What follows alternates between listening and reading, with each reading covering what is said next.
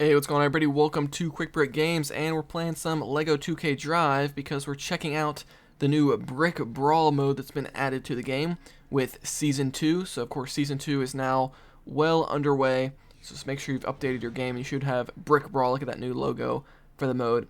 So if you played Mario Kart and you know there's a battle mode, this is essentially Lego 2K Drive's battle mode. So instead of racing each other, you're kind of in an arena instead of a racetrack, and you're trying to take each other out with the different items in the game, or just by brick bashing somebody. So you can boost into somebody, what you're going to see here a couple times, to take them out, or you can use the different items.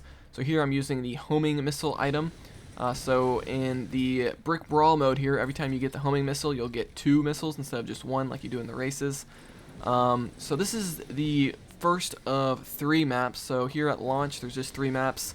I do wish there were more, because it does get old just playing the same 3 maps over and over again, but this is kind of a live service game, so I expect there to be more maps added later in the season, or maybe in Season 3 or Season 4, because we know those are coming as well. But yeah, so this is Cavern Clash. This is the first of 3 maps. As the name suggests, it kind of takes place in a cavern, and there's kind of a castle theming going on as well.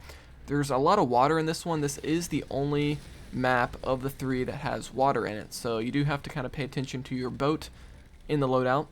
And so here I'm on in a boat, kind of taking enemies out, and make sure you set up a separate loadout just for this brick battle mode, because originally I was just using my regular loadout that I use for races, and that's not going to really fly too well in this mode since you don't really care about top speed or acceleration.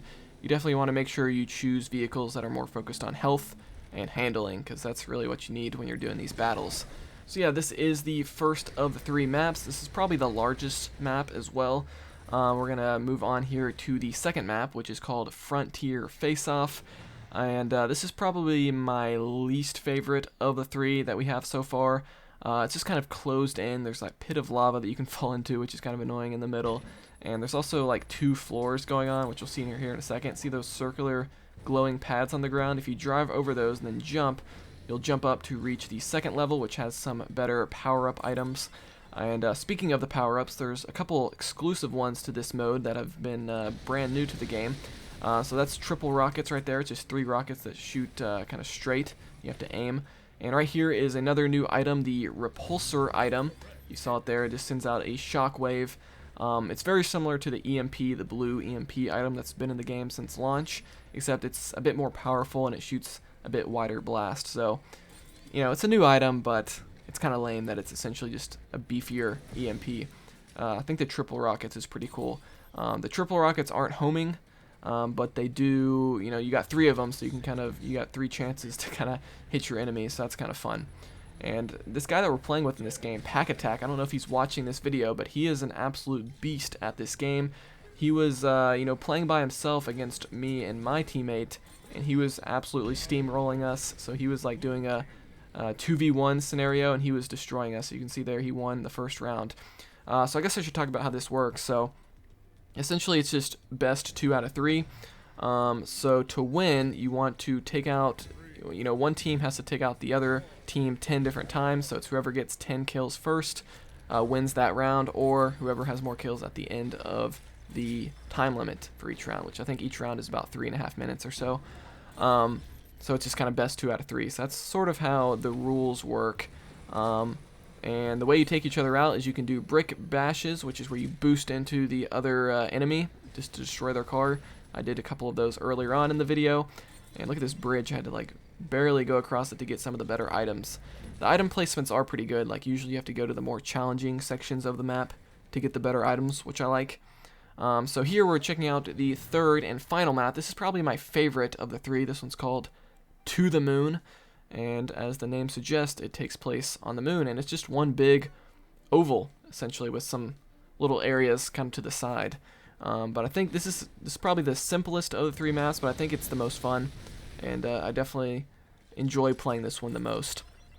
And so in this one we got some more players that joined in, so it got a little bit chaotic. And this one's just a lot more closed in. There's a lot more items everywhere, so it's definitely just complete chaos going on. And so yeah, so essentially how you win is you take out the different enemies using Brick Bash, or you can use the different items. There's some items that don't do any damage, like the EMP blast, the blue one. I don't think that really does any damage. It just kind of slows down your enemy. Same thing with the web crasher item, the spider web. That just kind of slows down your enemy, doesn't take them out, but you know, it keeps them in one spot so that maybe your teammate can aim at them and take them out.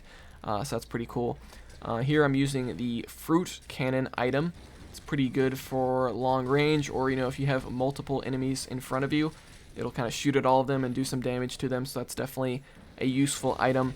I definitely found the homing missile, I think, to be the best item, just the red missiles, because you get 2 of them, and of course they're homing, so you don't have to worry about aiming so much. So definitely a very useful item there. And then you can use the mines, which just shoot out 3 mines.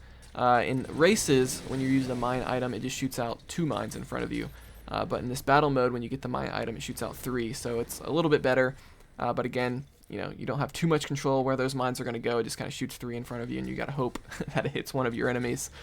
The ghost power-up shows up a little bit as well. Of course, with the ghost power-up, you turn invisible, then you can turn visible again while you're inside of another enemy, and that takes them out instantly.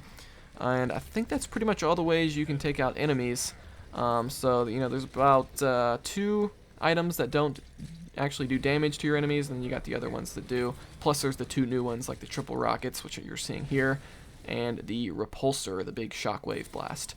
But yeah, so this is getting towards the end of this gameplay. I got absolutely steamrolled this game by Pack Attack, but yeah, this is definitely a fun mode. Let me know if you've tried out this mode yet here at the start of Season 2. Definitely download the update and try it out. And other than that, like this video if you enjoyed it, dislike it if not, subscribe for more content like this. I'll see you guys next time here on Quick Break Games.